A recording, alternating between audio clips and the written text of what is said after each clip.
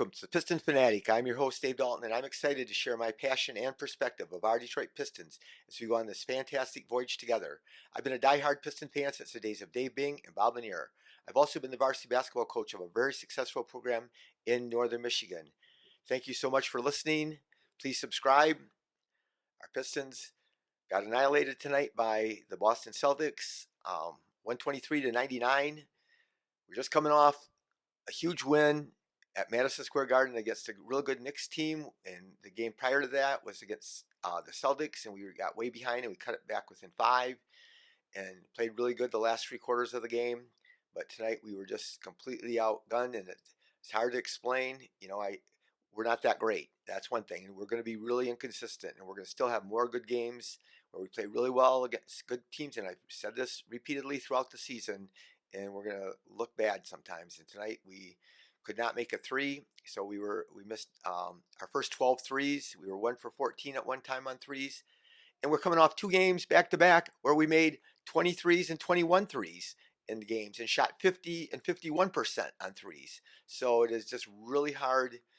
One of them was against the Celtics, the same team that we played tonight, and so it is really it's an up and down league, and who knows what causes things. We've been complaining about how our schedule's been so compacted, and we played more games in less time than any team in the league. And then tonight we had like 5 days rest, and we just came out flat. And you don't want to make excuses, and I know it's going to sound like one, but that can contribute to it when you have a long break, too long of a break. What would be ideal is if you played every other day, and then once in a while you had 2 days off, and then played every other day, then had 2 days off. That would, I think, be a good rhythm for a team to play. But we just did not have it tonight. Celtics didn't shoot good. I mean, it was 8-8.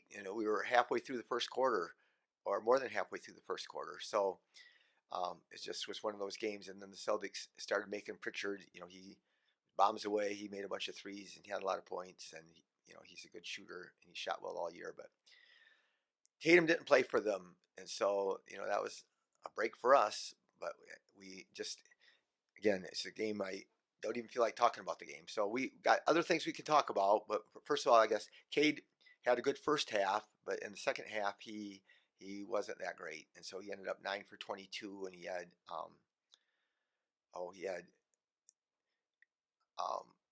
18 points, and he was 0 free throws, 22 shots, drove the ball to the basket, 0 free throws.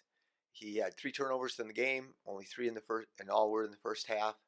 But yeah, he was not great tonight, but he doesn't get a call. The whole Piston team didn't get a call. We were over halfway through the third quarter, and Boston had been called for 3 fouls the whole game. And of course, that obviously wasn't why we lost, because we didn't have it. We didn't play good enough, but it still stinks that that they didn't call any fouls on the Celtics. So we have some things to talk about. The one thing I want to talk about is, and I don't know what everybody thinks about it, and I know that I apologize. Cliff let me know that last time I had it, somehow I hit a setting so that I couldn't have comments made. So I continually talked about, Duren's inconsistent. Sometimes his effort's not there. Sometimes he plays bad. But here's the thing.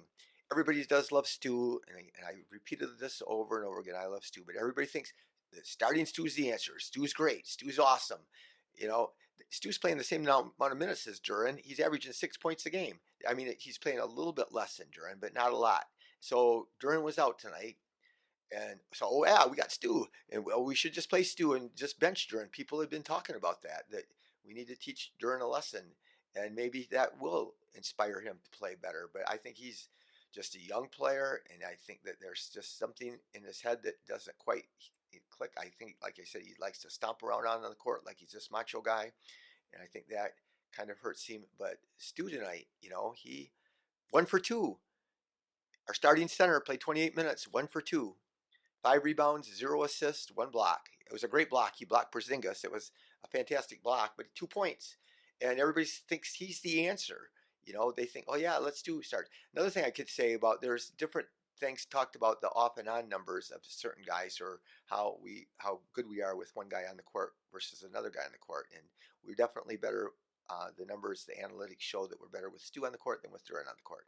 especially defensively. There's no doubt about it. But when you're playing against the other team's second team, can that affect you? Or if you're playing with starters that aren't that good, I'll tell you who doesn't have good numbers analytically is Tim Hardaway Jr.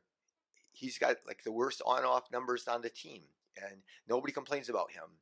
And I he's exceeded my expectations. Of course, again, there's been really two parts of the season for him. First half of the season, he played great, and he got that head injury, and then he's played bad or very mediocre. So because he doesn't give, if he's not making shots, he doesn't get you rebounds, he doesn't get you assists. Older players and like people like him that aren't great athletes, they're not good in transition. They don't get loose balls. There's just a lot of things. They're steps slower to recover, and so that's an issue with him. So I don't think people want to say make a trade, at the trade deadline, and I think that we could or should, but I'm not sure that anybody would want Tim Hardaway Jr. I think somebody would want Beasley, and Beasley again he's been on fire. He wasn't so hot tonight, but concern for me is Asar. It breaks my heart. He didn't play that game against Boston, and I thought, oh yeah, because it's back to back, and then he didn't play against the Knicks, and I never heard an official reason why he wasn't playing. And then tonight we get blown out. He plays 13 minutes. I understand limiting him, but I still think that you could play him 4 minute stretches, you know, 4 4 minute stretches, and you could play him. So you could play him quite a few minutes, but I don't know. I don't know what's quite the holdup. I'm sure they know what they're doing. But the star of the night, I should have led with this, is Ron Holland, 21 minutes, and he had 26 points. His career high, 11 for 14. He was amazing. 2 for 5 on threes. In only 21 minutes, he scores 26 points. And he did it very, very efficiently. So that was impressive. So good job, Ron Holland. And that's what a key thing is. So, we aren't going to be this great team turned around, and we're going to talk about trades. There's in Piston chatter on Piston and different podcasts. I hear people talk about, oh, who do we want? Do we want Zach Lavine or do we want Brandon Ingram? And Zach Lavine is on fire, man. He is having a heck of a year. He is shooting pretty high volume, and he's shooting like at least 7 threes a game, and he's shooting over 45% or something on threes, and he's shooting over 50% on twos. He's not holding the ball too much. He's playing outstanding. But here's the thing: he has 2 years left on his contract, after this year, and it's like for 40 some million a year. And where does that get us? Are we better off committing that much money to him and are doing something different? And how much is it going to take for us? We're not going to be able to re-sign Beasley until the end of the year, until free agency, and so I don't know how much we'll get him for, but it's going to be less than 40 some million. So are we better off just keeping him around and letting the other players develop? Huge concern, Jaden Ivey, and I'm a big Jaden Ivey guy. Everybody was on his bandwagon, this year when he got off to a fabulous start for a significant time, over half the season, and then he has went down the toilet, and again, I thought he hadn't played that bad his whole career. Obviously he was inconsistent. His numbers weren't great, but what really killed me was the end of last year, when the last month and a half or whatever of last season he played. He shot really terrible, and he's not doing good now. Tonight he had, really bad game shooting. So he hasn't been getting as many minutes, and he hasn't been getting many shots. But tonight he got, I don't know if he's 3 for 14 or something like that. So that is a concern, because that is the biggest thing, is developing him and Duren and Cade and Asar and Holland, and we'll see what happens. And I mentioned last week about or last game about how the Pacers they were flying high last year. They made it to the finals in the in-season tournament, and then they made the playoffs, and they made the Eastern Conference Finals, and a lot of teams had hurt players, and so they kind of got lucky, but they had a lot of good young players. They signed Siakam, and now they're maxed out money-wise. They're not going to get high draft picks, and their roster isn't looking good. And of course they can improve.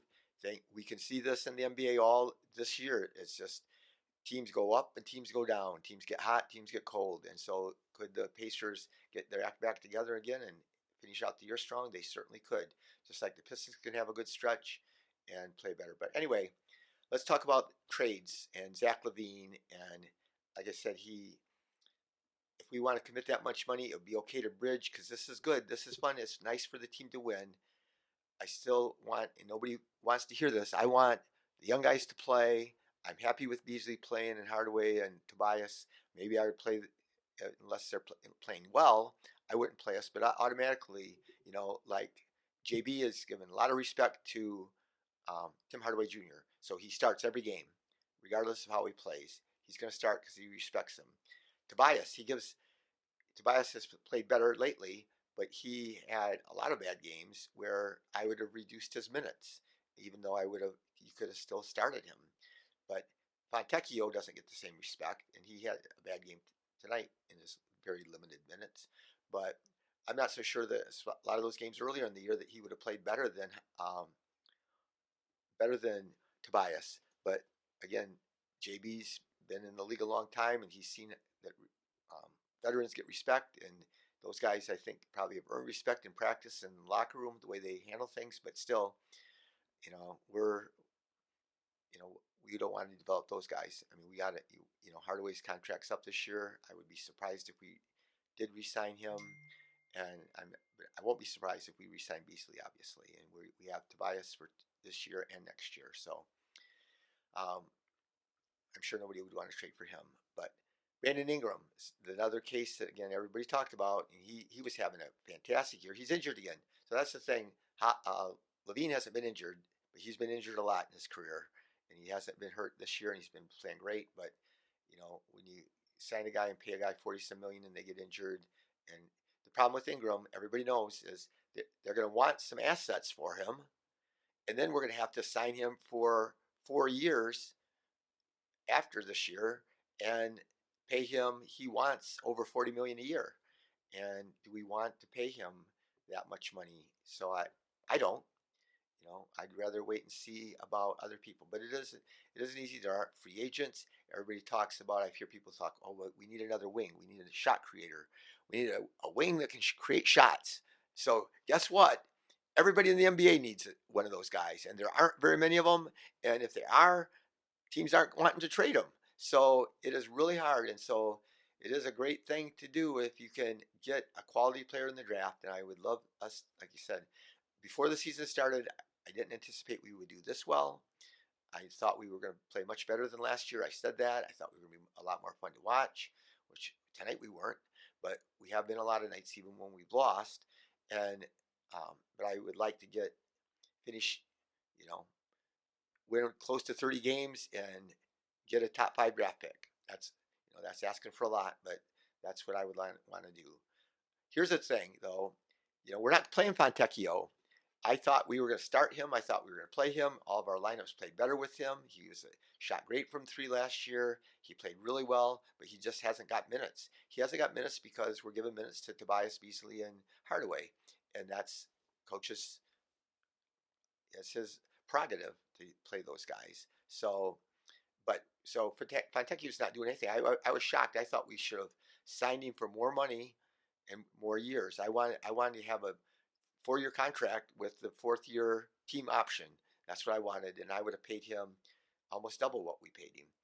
And I thought that highly of him, but he's not getting to play. So there's teams out there like the Knicks and the 76ers that they've made all these deals. They don't have good depth.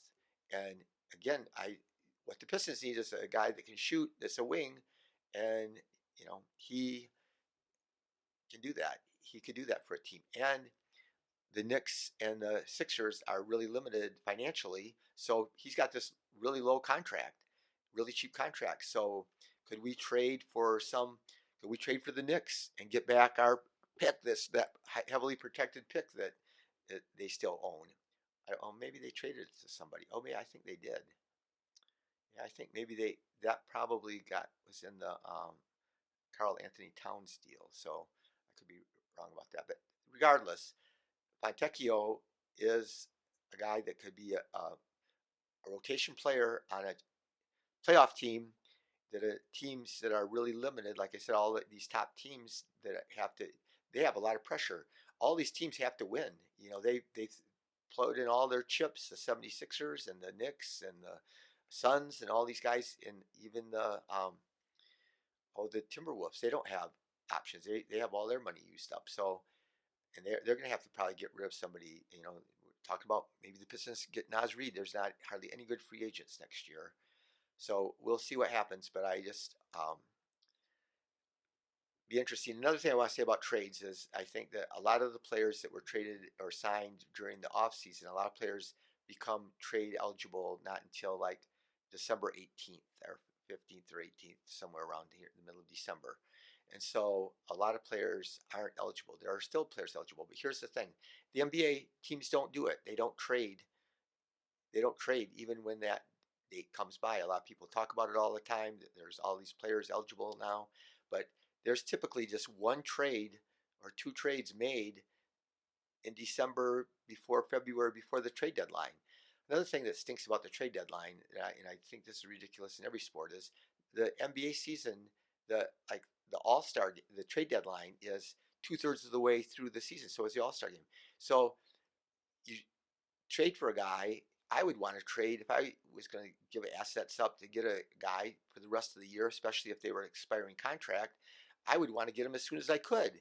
Instead, these teams get him for like a third of the year, and it doesn't make sense to me. But I think the NBA does need to move the timeline or the trade deadline to closer to the middle of the season, or even earlier. And so, anyway, we'll see what happens. I guess I wouldn't want it to be earlier than midway through the season. But anyway, I don't have much to say. It was a bummer to watch the game, and coming off that one game, we haven't got to watch the game in a long time, so you get excited to watch the game. But I really want to thank you for listening, and I want you to be the reason that someone gets help, because nobody else might help them.